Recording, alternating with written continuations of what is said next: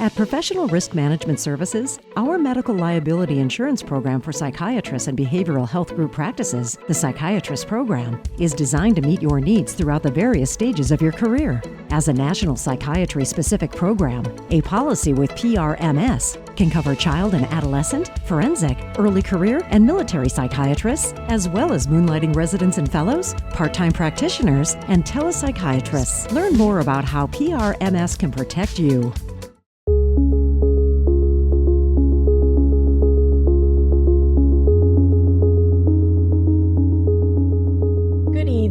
Hello, everyone. Welcome to the Career Leadership and Mentorship podcast of the Washington Psychiatric Society.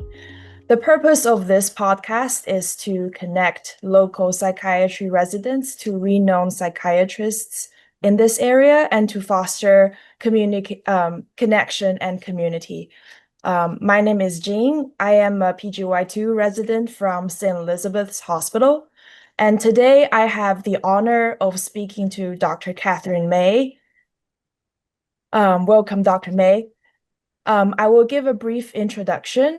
Dr. May is a clinical professor of psychiatry and dually trained specialist in emergency medicine and psychiatry. She has been a leader in disaster mental health, working in places like Malawi, Haiti, South Africa, and the post-Katrina Gulf Coast, often side by side with medical teams in high-stakes settings. She's received the APA's Bruno Lima Award for Disaster Psychiatry and the Distinguished Service Award from George Washington University.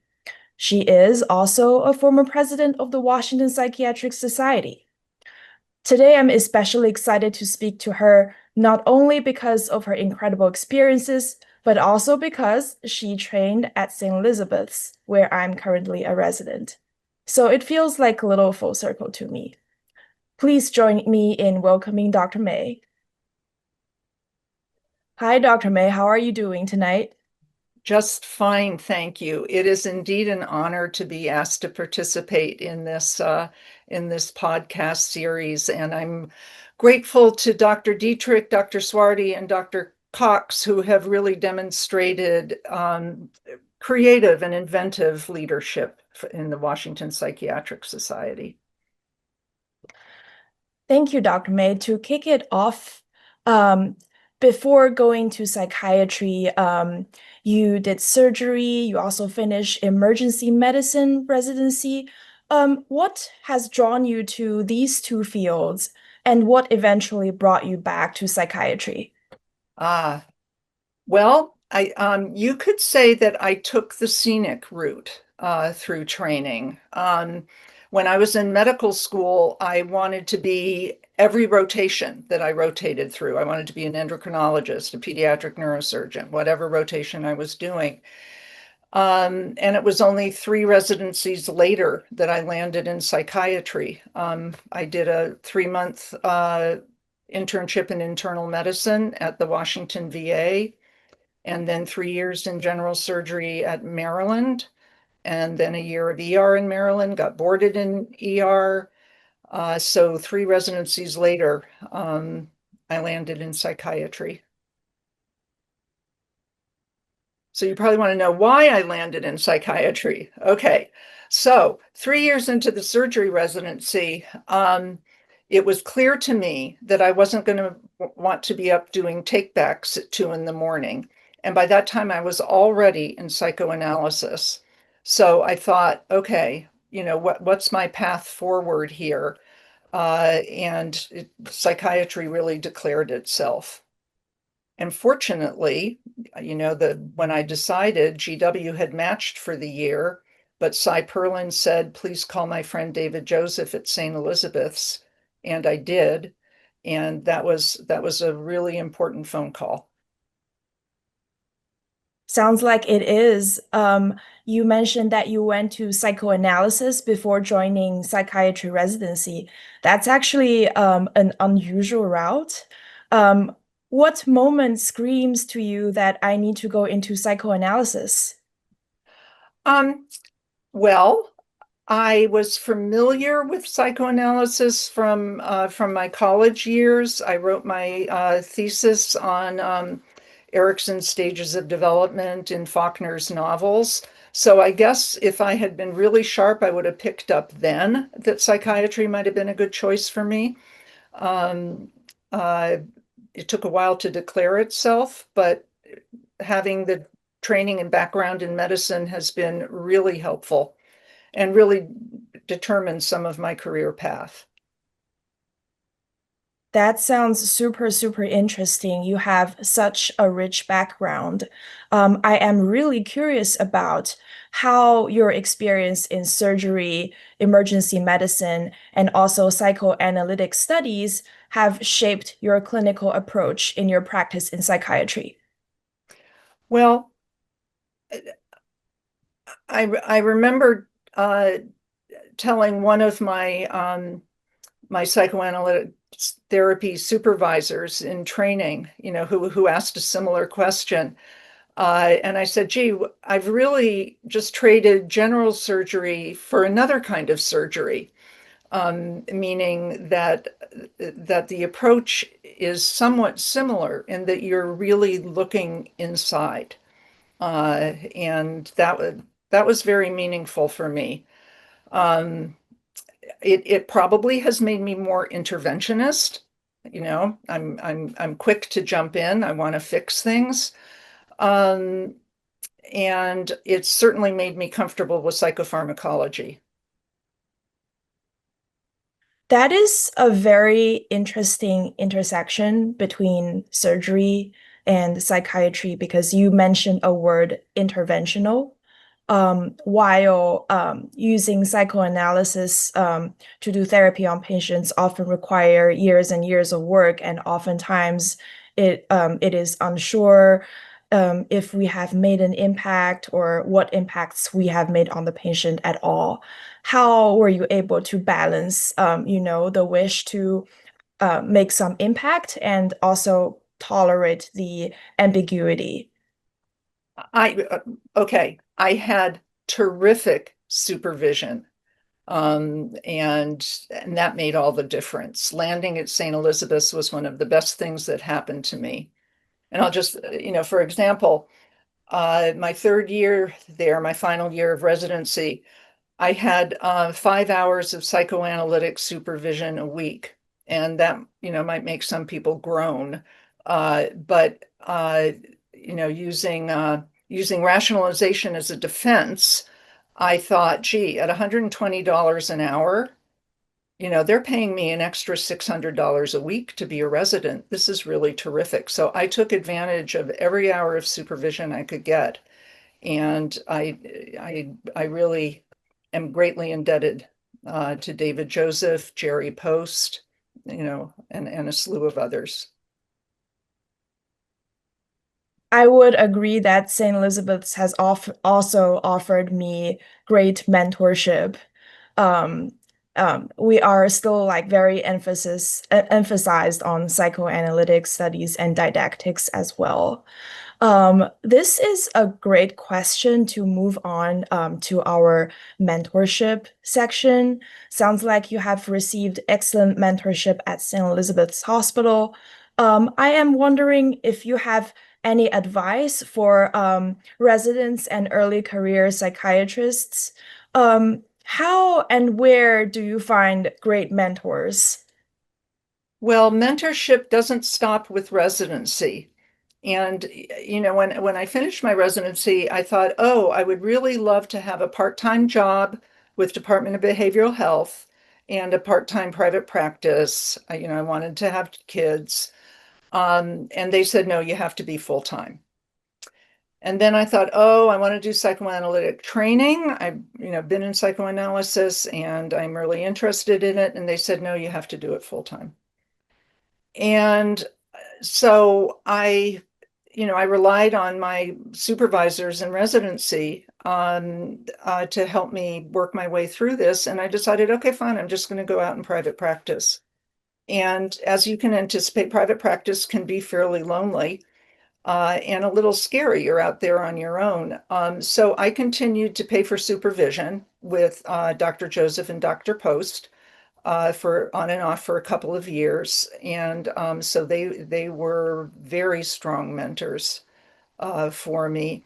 I also quickly became involved in the Washington Psychiatric Society. Again, through Paul Chodoff and Stephen Green, I joined the ethics committee and found mentors there. And eventually, when I was chair of the ethics committee, was able to in turn mentor younger residents and early career people and get them to join. Yeah, I know you're also very involved in teaching residents and medical students, and you're also involved in the GW Global Mental Health track. What is one or two most important things that you have learned from residents and medical students?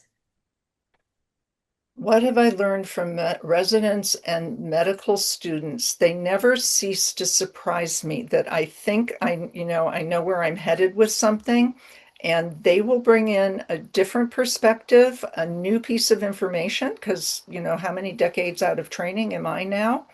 So I really rely on them to keep me up to date, and to bring another pair of eyes to a case. And very often it's refreshing to hear what they have to say.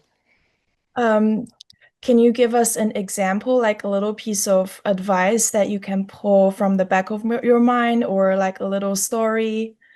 So you want me to give you advice? Is that what your question is? Um, uh, let's see. So I guess I'm gonna jump a little bit to the global mental health things, because it was really a lot of fun to bring residents and actually, how did I get into global health? It was by way of Mississippi.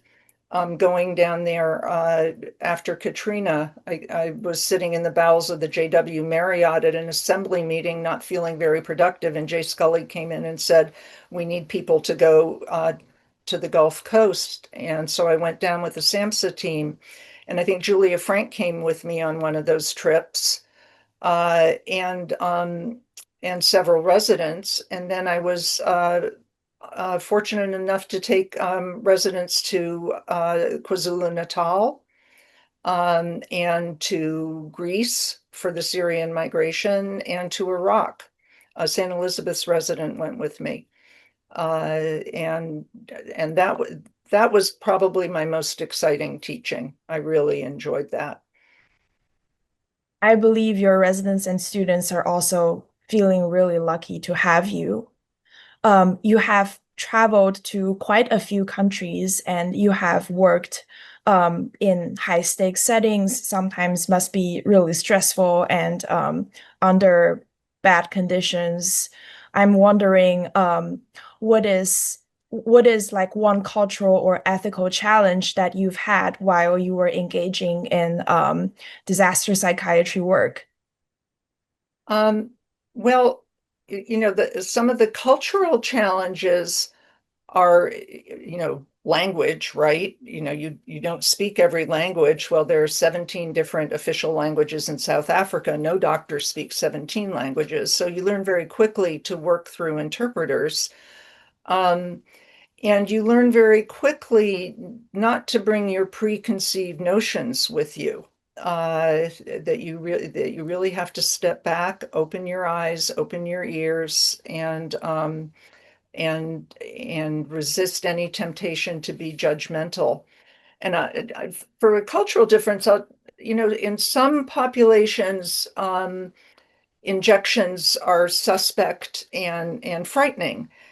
And for other populations, they're a really terrific psychiatric intervention. And just as an example, in the Hazan refugee camp outside of Mosul, folks were under a lot of stress. There were a lot of tension headaches and really excruciating migraine headaches. And IM Ketorolac was our best psychiatric, that's a nonsteroidal anti-inflammatory, our best psychiatric intervention, because it brought such profound relief and resilience to the people. And so that's a cultural difference you need to be sensitive to. An ethical challenge, some people would argue that it's wrong to send teams into disaster areas. You should be sending money, not people. That's an argument that's often made. You know, I went to medical school in the Midwest, and one of the things I learned there is that rotating the crops is good for the soil. And you really need the experience, and people need to experience the relief coming from other parts of the world. Sounds like in that kind of setting, when language cannot hit people's hearts, it's a little bit easier to, for example, address their headaches so that you build rapport with them by relieving their symptoms. And then, like, in turn, it, increases their like mental health well-being. Did I get it right? Yeah. Well, I'll give you one more story because it was a lesson in humility.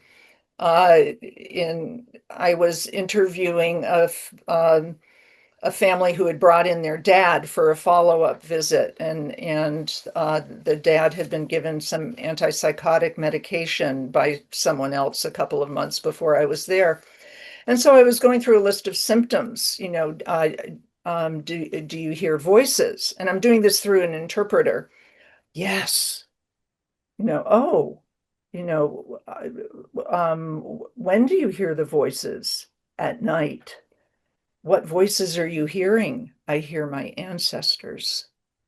And so I thought, okay, do I need to adjust the medication? What's going on here? And then I pressed a little further, and yes, he was hearing voices. Yes, he was hearing voices at night. Vodafone gave free minutes after midnight, and he was talking to his family. So that was a lesson in humility. Yeah. Yeah, that's a very inspiring story, and sometimes the answer is just that simple. Nothing complicated. Right. Yeah. Yeah. What has been like the hardest thing for you to pursue disaster psychiatry work? And what is one thing that keeps you going?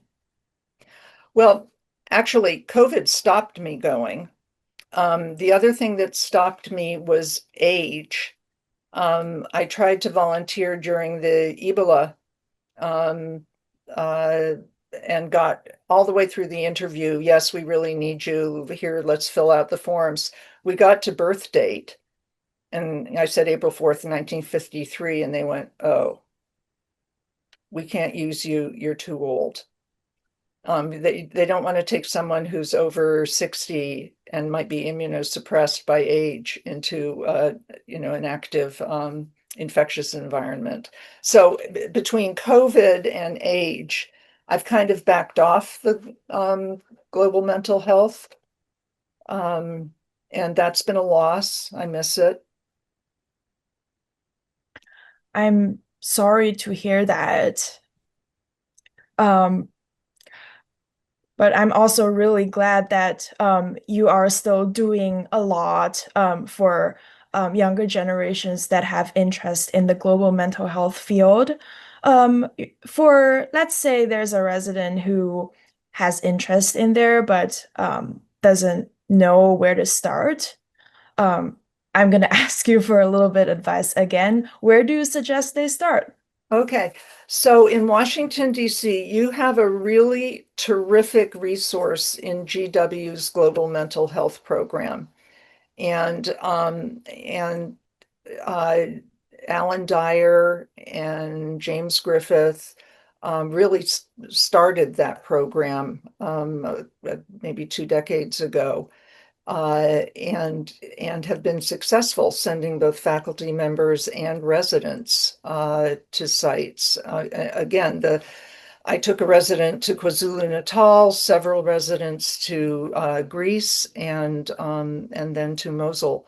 So if you are interested in global mental health, you should contact your training director at your program and ask if you can be in touch with the folks at GW and see what opportunities arise. I actually didn't go out seeking opportunities. The Mississippi trip landed in my lap. at the JW Marriott. And I guess, 10 or 15 years ago, there was a lot of interest in getting people involved in disaster psychiatry, and I really benefited from that. If you Yeah, don't ask, you won't be able to go. So ask. Yeah. right. Sometimes it's important to grab what's almost in our hands, and sometimes it's important to reach for what we thought we could not reach. I do have a question for you. What do you think about the future of global mental health? Well, it's exciting. For a long time, global mental health focused a lot on data and public health information. I think there's been more realization that having direct clinical experience can be hugely helpful, and a real kind of ambassador program. So even if you don't think that you're going to be doing research or publishing, that doesn't mean you can't serve and do important work. It sounds like you can do, if you want to, you can do important work wherever you are, regardless of if you can, travel or not. Sounds Yeah, like to the me. other thing that helped was, very early on, I became involved, in the Washington Psychiatric Society.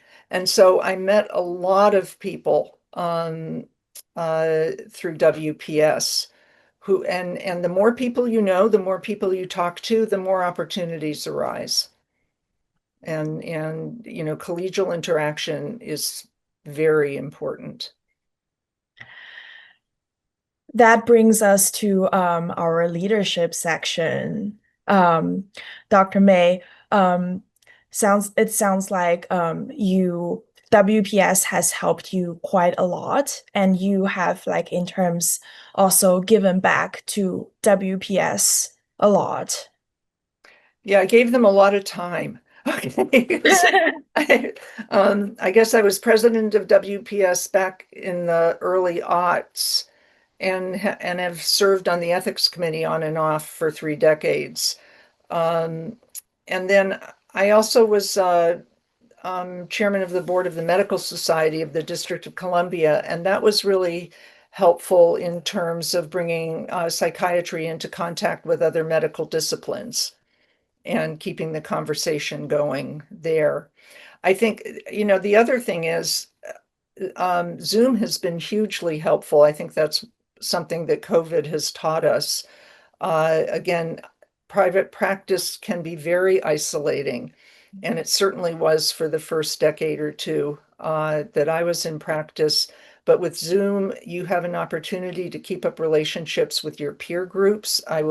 It really strongly encourage residents to not lose touch with their graduating class.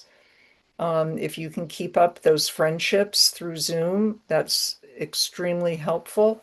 And then also try to join a multi-generational study group is also a wonderful way to go, because everybody has something to bring to that.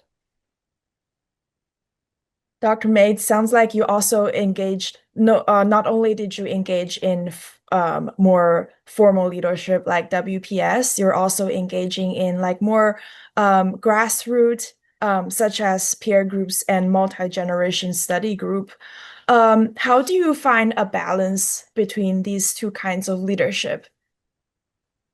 And how do they complement each other?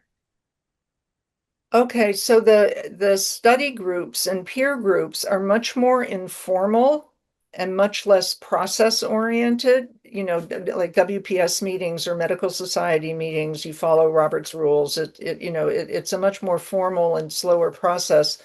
The study groups are much more personally enriching and flexible and creative, and they each have their purpose in life, and both are good. And hmm, what is the longest study group or multi-generational study group that you have ran? Okay, so because Zoom didn't exist back when I got out of training, I just wasn't in a peer group, which is why my supervision with Dr. Post and Dr. Joseph was so important for me. I really didn't get involved in a peer group until Brian Doyle asked me to join a study group for religion and psychiatry. So that's probably my longest group membership, and it's maybe 10 years or so. Brian could correct me if I'm wrong there. It's been deeply enriching. I wish I had been able to join way long before that. And then I'm in two peer supervision groups. And then I have another group that's my board examining team from when I did oral exams for the Board of Psychiatry and Neurology. And during COVID, we kept in touch as a form of support. Yeah, I feel like I would be really glad to have people in the trenches with me when I'm preparing for boards too. Um, yeah. Well, Dr. May, thank you so much for sharing your journey, insights, and with wisdom with us today. I am paying attention to the chat box and seems like there hasn't any questions yet. I am more than happy to keep this conversation going if you're also up to it. Oh, sure. Yeah. Um, so I would like to go back a little bit to your journey. I also noticed there's something very unusual about your journey that is you had the transition of going from an attending to being back, becoming a resident again. And how was that experience like for you, emotionally, physically? Yeah. Okay. So, there's a joke in surgery, what's wrong with every other night call? Well, what's wrong with it is you miss half the pathology. Okay, so I had been used to being on call a lot. So, by the time I got to St. Elizabeth's, it was every third night call and you got off before midnight. And I was like, oh, this is fine. And this is kind of like an ER schedule. So I didn't feel put out by that at all. Um, it, I had been a emergency room attending for several years, and some of you may know Jan Hutchison, who was then she was chief resident at St. Elizabeth's, and she went on to be head of the training program at Howard University for a long time. And she said, well, how are you going to feel going from, you've been an attending, making money, and now you're going to go back to being a resident and not making any money? And, I hadn't thought of a snappy answer to that. And she looked at me and she kind of smiled and she goes, it won't bother you. You'll be making so much more than your patients that you'll be, you won't be able to complain. And Jan was right. When you see yourself and what others are going through, you don't complain.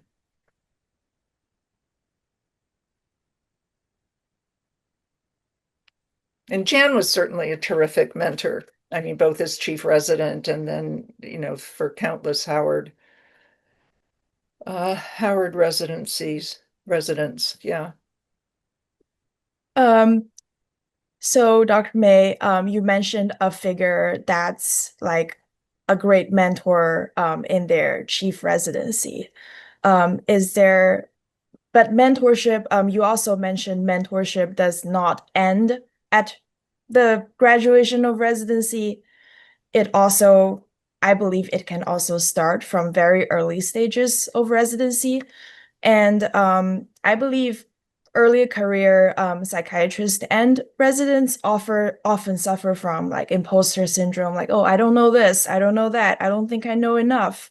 So how do you think we can, cope with this, but also engage in mentorship and leadership as much as we can? So you should never be afraid to seek out mentorship. Number one, most people want to be helpful. It makes them feel good to be helpful. So, if you ask them questions, thoughtful questions, they're going to want to respond and help you. And it's okay to seek advice. In therapy, you don't ask your therapist necessarily for advice, but a supervisor or a mentor, you can ask them, what they would do in a similar situation. And you'll only hurt yourself if you don't ask. That's the only way you can hurt yourself. Sounds like we should just put ourselves out there and see what happens, and we will find our own people. Yeah, I mean, so I took the scenic route, all right, and I had to ask for a lot of advice along the way. But the views were terrific, both into the outside world and then deep into people's souls. And you have to find your own path, and you've chosen a very intellectually stimulating and emotionally gratifying career with enormous creative potential. Just use your own potential and make use of all the mentors around you. Thank you, Dr. May. I do notice there's some questions in the chat box. I'm going to read them to you. Okay. Yeah. So first one is, Dr. May, how are you staying busy now that you have left many of your duties?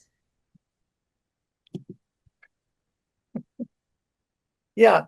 Okay. So ask me what my biggest challenge is in my practice of psychiatry. Besides prior authorizations, my biggest challenge has been trying to retire. I haven't really been able to do that very well yet. So I'm not having a lot of trouble, especially after COVID and after the November election. Uh, time fills up very rapidly. Thank you. The next one is actually from Dr. Dunlap. Dr. May, please say more about your continuing connection to WPS. I consider you the mother of WPS. You recruited me, thank you, and many others to WPS and leadership positions.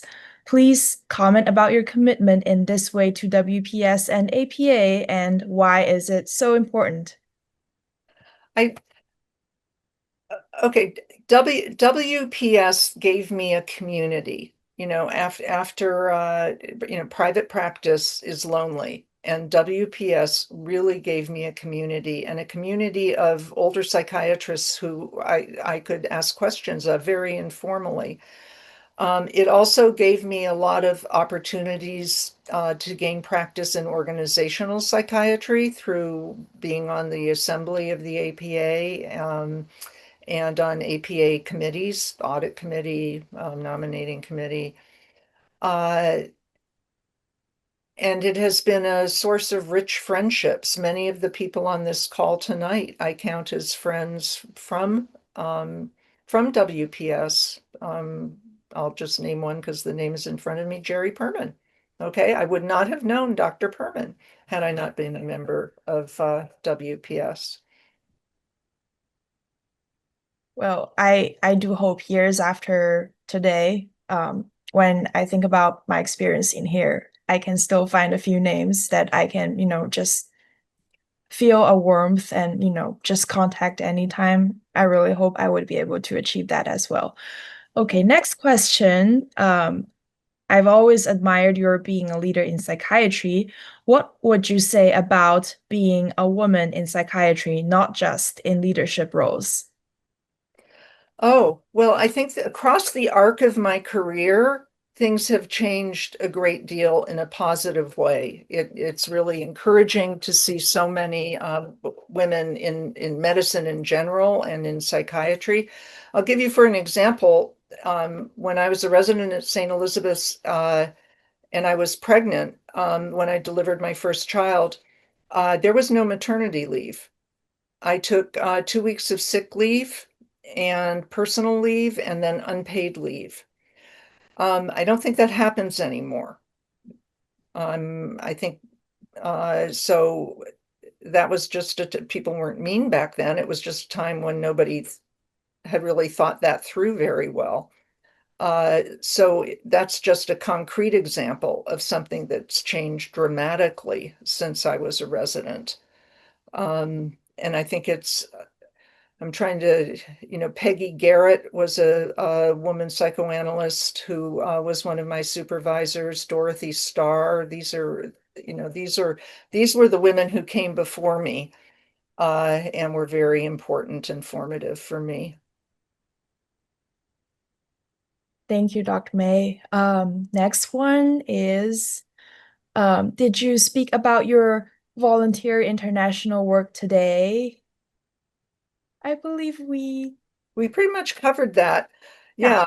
If there's something specific someone wants to know, I'm happy to address that. But basically, I think it's terrific, and anyone who thinks they might want to should definitely pursue it. Hi, Katherine. Can you hear me? Yeah. Great. Jerry Perman here. Yes, hi. I asked the question. I got on a bit late, so I didn't get that first part because I was so impressed with the work you did. But it sounds like you already spoke to it. But you went into hot places in the world.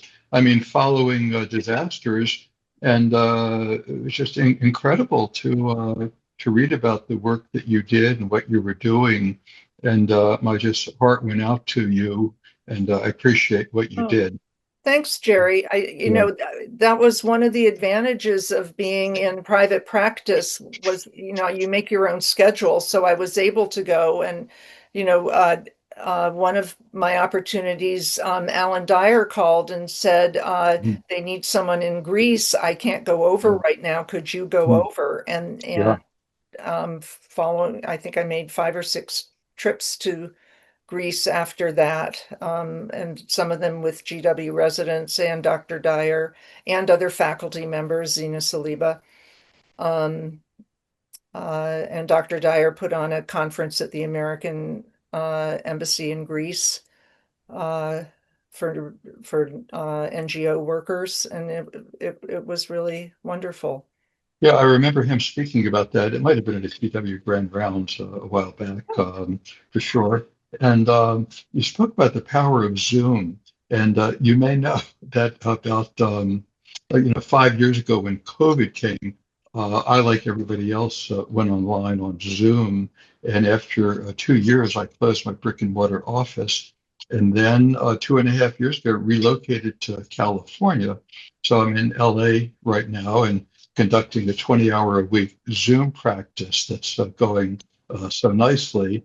And one of the nice things about being on the West Coast is that most of my patients are still on the East Coast, and I maintain medical licenses there. So I get up in the morning to 20 or 30 emails because it's 3 hours earlier, where I am. But then by 6 o'clock, everything gets extremely quiet because it's 9 o'clock on the East Coast. So I'll just share. It's great that works. It's great that has worked for you, and I think certainly Zoom and one of the silver linings to COVID is that it has really revolutionized psychiatric practice. I do about 50% in person now and 50% remote. Sure. Yeah. And that's worked very well. I really do like seeing people in person, I have to say. Yeah. Mm-hmm. Yeah. Sure. No, there's something to it. And and also you spoke to this, and I'll end with this, that with meetings on Zoom, I mean, we have people attending meetings that I attend, study groups with people not only around the country but around the world, and that would never happen if it was all in person. So, Right, right. Okay, but good seeing you tonight. Thanks. Yeah, Thanks for attending, Jerry. sure. Yeah, Thank you so much for chiming in, Dr. Perman. yeah, you're welcome. We have one last comment from Dr. Dietrich. I would like to second Dr. May's comment that WPS provides community, and Dr. Dunlap's comment about Dr. May as the mother of WPS. Dr. May has taught me much about organizational leadership. Well, I don't know. Genetic DNA might prove that I'm not the mother. I have to say, like Carol Kleinman came before me, and like I said, Dorothy Starr and Peggy Garrett. But I have been a member of WPS for a very long time, since 1987, actually. And it has been a very rich and rewarding part of my career. And I think, part of the far-ranging nature of my practice, I owe to opportunities that WPS presented. This is Connie Dunlap. I posted that question. I do want to clarify something. It is not about age. You and I were in residency at the same time when I was at GW. I remember you're coming over the third year and I was seeing patients in the outpatient department. Outpatient at GW. Yeah, you were pregnant with your first child at that time. What I'm referring to is your going into the WPS really shortly after training. And I'm also referring to your commitment since then to the organization and to the people who serve on the board. You have maintained a consistent level of engagement and support. I mean, I feel that I can speak to anybody who has been on that board. I certainly can attest to my own experience. And I think that's what Anne Marie is referring to.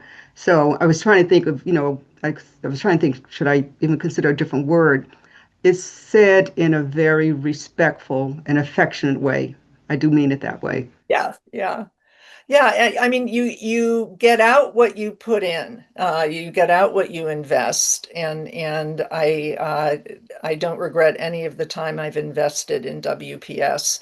I mean, the only downside is that I've gained so much experience with the ins and outs of running an organization that I can get frustrated with other organizations that don't run as smoothly.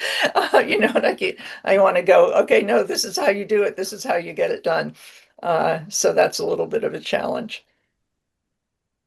Hi, Katherine. It's Anne Marie. Thank you, Connie, for clarifying what you meant, because that's actually how I meant it as well, that Katherine, all right, if we don't have to use the word mother, we can use big sister for all of us, because your guidance and leadership has been wonderful in WPS. And thanks to you and Connie and others, I would say that I also have learned from and enjoyed the community of WPS. I would highly encourage residents and early career physicians to be part of WPS, an active part of WPS. Yeah, and I'll just reiterate here that, don't be afraid to get involved and ask. People like to help. So go right ahead and ask people how you can be involved. And WPS now, under the current leadership, offers many avenues for involvement. Mm-hmm. Just you guys doing these podcasts is terrific. Thank you, Dr. May. Thanks everyone for chiming in. We're having such a wonderful discussion that everybody doesn't want to leave the conversation. Well, now that we are nearing the end of this podcast session, I would like to give the floor to the audience once again. If anyone has any remaining questions or just simply want to give a greeting to Dr. May, please feel free. I'm always up for talking to Dr. May. There we go. Okay. I just want to congratulate you on this podcast. It's wonderful to have reinforced the kind of leadership role that you've taken and the marvelous work that you've done internationally. That's just very impressive. Thanks for all of it. It has been a distinct honor, and a real honor to have worked with people like Griff and Alan Dyer. That has been a real privilege. And I'll jump in to echo that because the feeling is mutual. And thank you for your role in the teaching of GW residents. You mentioned the international work, but also yours and Todd Cox's chipping in and helping the residents in the ethics seminar. One of the things that emerged from the Greek work, the humanitarian workers, was an invitation to write their own Hippocratic oath, which they did, and it's really very elegant. And they talked about the importance of self-care, which is something that's very important to always keep track of. Care for self before caring for others. Another thing that the GW residents commented on when I asked them to do this exercise, a Hippocratic oath for residents, and this fits into the mentorship, were several points that they spoke about. If the attending disagreed, if they disagreed with the attending, or the attending wasn't working off evidence-based practices or not respecting the autonomy and the rights of the patient, that they would speak up on the patient's behalf. And I think that's something worth thinking about in terms of the mentorship. You've alluded to that in several different ways, the importance of speaking up and not being a passive learner, but really being an active learner and an advocate for patients. But just on a personal note, my gratitude is extended to you, Katherine, for your leadership for me and your guidance in my career. Well, I'm going to add one thing on, because I think this is where mentors can be really helpful. It's sometimes difficult for residents to have the courage to stand up when they feel, or speak out when they feel that something isn't quite right. And this is where talking with a mentor, someone who's not your direct supervisor, but who you can turn to for advice, is extremely helpful, and they can give you guidance on how best, because sometimes you need to speak up directly, sometimes you need to go through chain of command, and those are things that you don't always know. I also I see that Dr. Patterson's in the audience, and I also want to note that he was extremely helpful during rotation through John Howard Pavilion. Even despite all my time in the emergency room and seeing gunshot wounds and stab wounds, I was had trepidation about being in John Howard, and Dr. Patterson was very helpful in easing us into that. Thank you, Katherine. That's very kind. That's very kind. But like you said, you get out what you put in. Yeah. The other person, who was helpful to me over there was Ed Kirby, who I had a patient who was stalking me, and I was kind of afraid to stand up and set limits. I thought I was supposed to be Franz Alexander and offer him a corrective emotional experience, and Ed really set me straight on that. Good. Another example of good mentoring. Well, thank you everybody for such an engaging and rich conversation. Thank you, Dr. May, for being with us tonight. It was an honor.